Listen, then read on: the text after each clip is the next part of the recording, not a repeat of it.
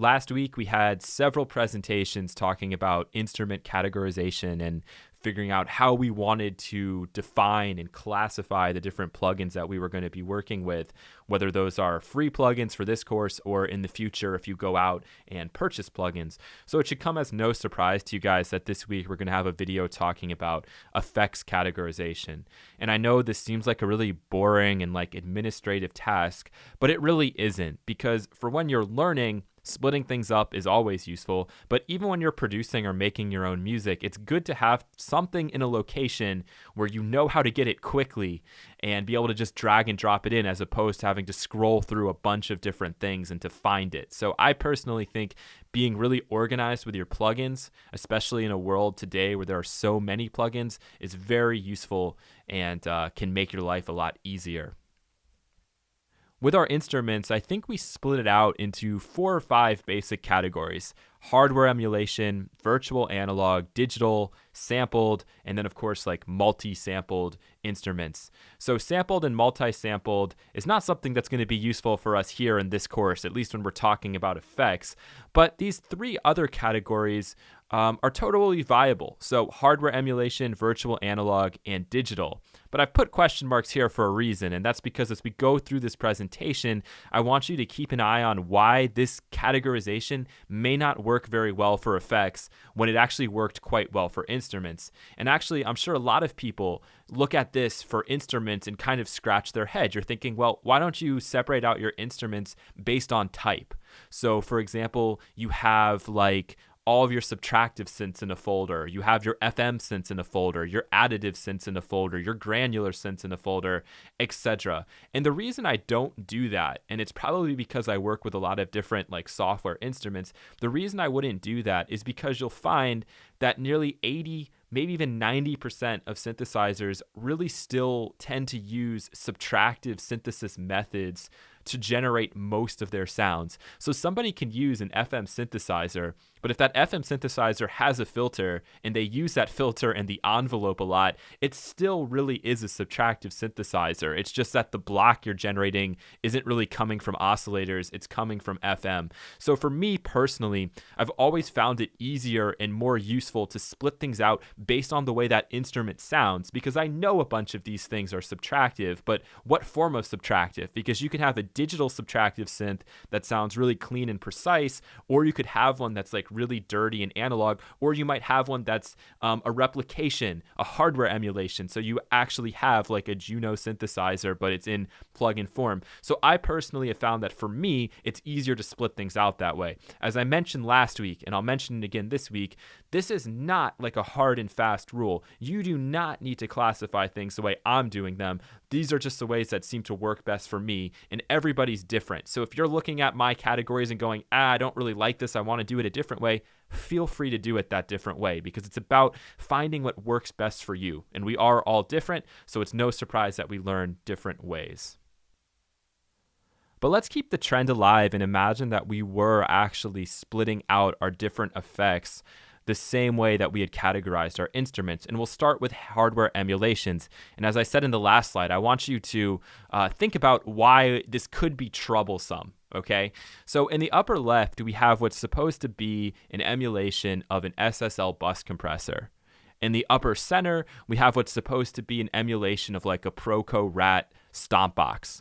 Over on the right, we have what's supposed to be an emulation of one of the early Abbey Road tube consoles, the red console. And then on the bottom, you have what's supposed to be an emulation of a Pultec EQ. All right, so these things, they're hardware emulations. They're not necessarily going to sound exactly like the hardware, but they look like the hardware. And so when you see something that looks like it, I always would kind of throw that into that category. And if it really sounds nothing like it and it's not usable, I'm not going to keep it. I'll just go ahead and get rid of it. But these are just a few examples of freeware plugins that are supposed to be hardware emulations.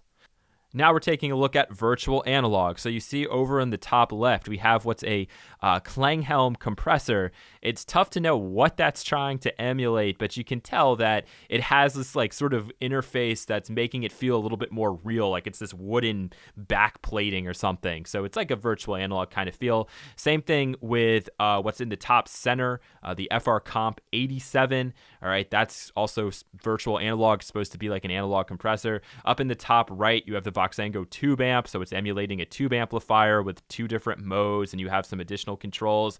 You have an EQ1A, kind of funny when you look at the name of the other one, which is the PT-EQ1A, but this EQ1A is a little bit different, gives you a few more controls here, gives you a high-pass filter as well, and then a couple more adjustable bands. You have the Slick EQ, which is a personal favorite, and then at the bottom you have a phaser effect, the SAW phaser, but this is definitely virtual analog because if you can see, it actually says subbing tube amplifier series. So they're trying to make this seem like it's like a rack effect almost. It even has the plugs for the racks, but it still has tubes within it, so it gives you more of that, quote unquote analog sound. But again, it's not based on any real hardware.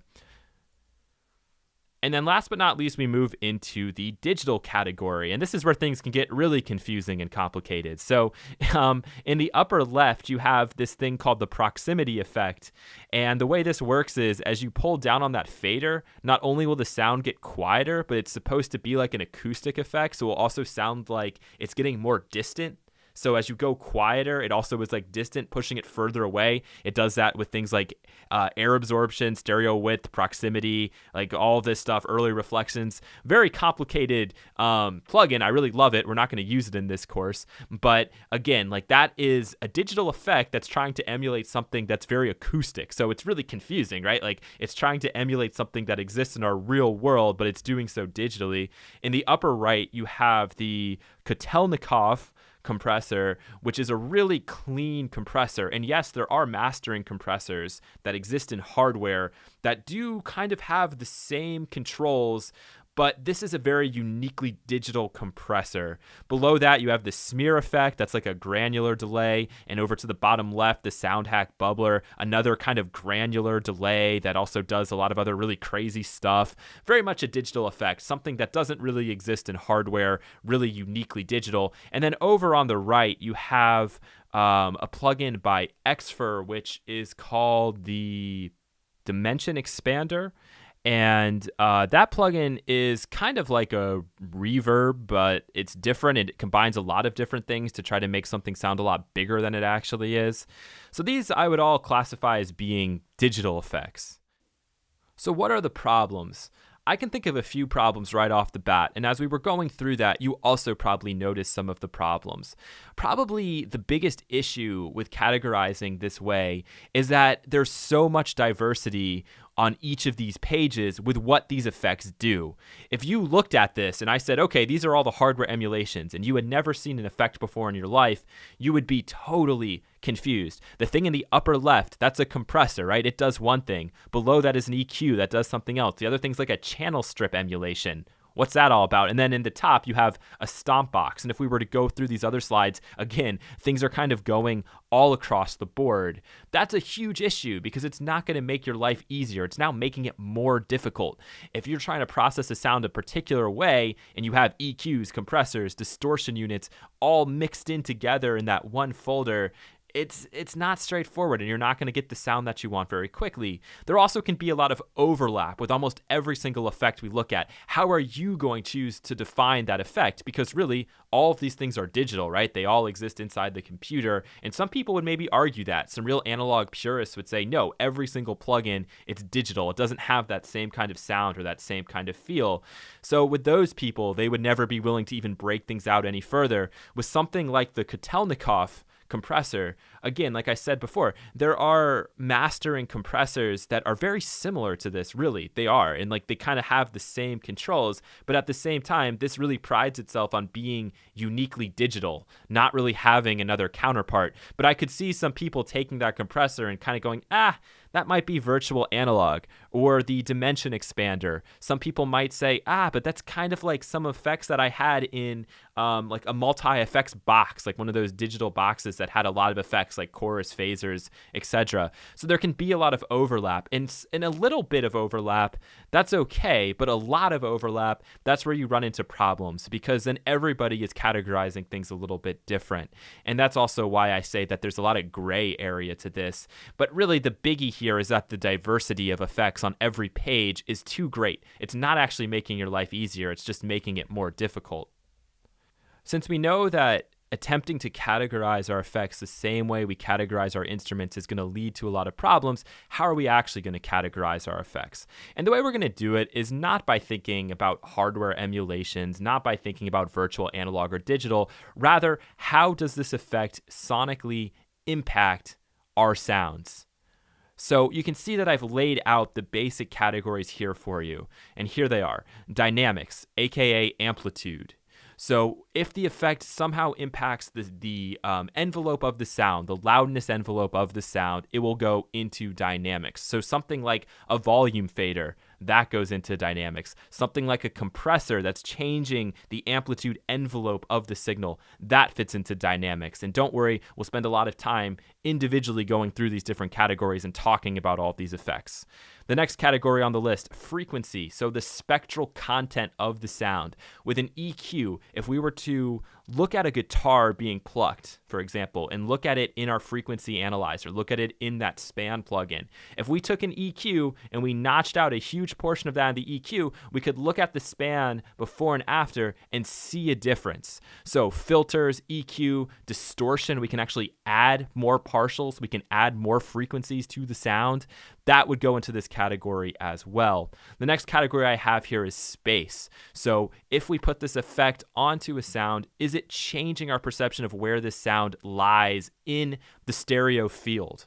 Okay, so with delays, you can really do a lot with delays, like slapback delays, ping pong delays. All of that influences where we think that sound is coming from and or where that sound is going. And then, of course, reverb, right? It's emulating rooms, halls, plates, all of that. It's definitely adding another dimension, spatial dimension, almost making it 3D, right? So we have that as well. And last but not least, we have modulation, which is just referring to any effect that actually has a component that's changing over time, usually based on an LFO. And the only modulation effect we're going to be using in this class is a chorus, but flangers and phasers, same kind of idea. When you hear the sound and you can really hear that like movement over time, it's going to go into a modulation effect. And sometimes you have multi-effects that can do more than one thing. So you might have something like a filter that you know is a frequency effect, but you could put an LFO onto that filter. So it then could kind of also fit into modulation. But I would put in frequency because the main idea, the main reason you're using that effect is because you're probably trying to take some frequencies away or add them back in. Okay, so you have to think about it a little bit, but for the most part, this is the general idea. And in this course, I think these categories are going to work really well for us and for you on your own when you're looking at different effects. If you think about these categories and go through this entire week, I think you should be able to find a place for pretty much any effect you come across. So just as an FYI to everybody watching along, here's the way that I have my plugins thus far organized. And you can do the same thing even if you are working in like the AU folder or the main VST folder. Luckily, with the DAW I'm working in, I can define any plugin location I want. So this is how I have things categorized thus far. If I go into instruments, I can see that I have digital, emulation, multi-sampled, sampler, and virtual analog like so. And with the effects, here is how I'm going to be breaking it out. And I'd encourage you guys to do the same thing so you don't have to keep going back and adding new folders. Each time you grab that plugin, you'll just know where you need to drag and drop it. So in the effects, I have those same basic 4 categories: dynamics, frequency, modulation, and space. And then within those, I've broken it up even more. And so we're going to be talking about all of these subcategories in the following videos. In dynamics, I have a section for compressors or limiters, for transient designers, and then utility/pan. So I'm going to put my panning effects in the dynamics range, in the amplitude, because I think if, for example, you pan something hard left and it's really loud, it has a very significant impact, right? Because you could also pan it somewhere like medium left and put it very quiet. So that's why I'm throwing that into dynamics right now. Also because with most like utility tools, for example, they're going to also have a pan control on there. So that's why I've done that. In the frequency category, we've got distortion, EQ, filters. In the modulation category, I have no additional folders because I'm just going to be using that one chorus effect. And then in the space folder, I have delay, reverb, and other. And the other is just going to end up holding the dimension expander because I don't really want to put it in one category or the other. I'm not sure where it really fits, so I have an other just for that. But I do know that it is a spatial effect, right? It's adding size to our sound through a variety of different processes.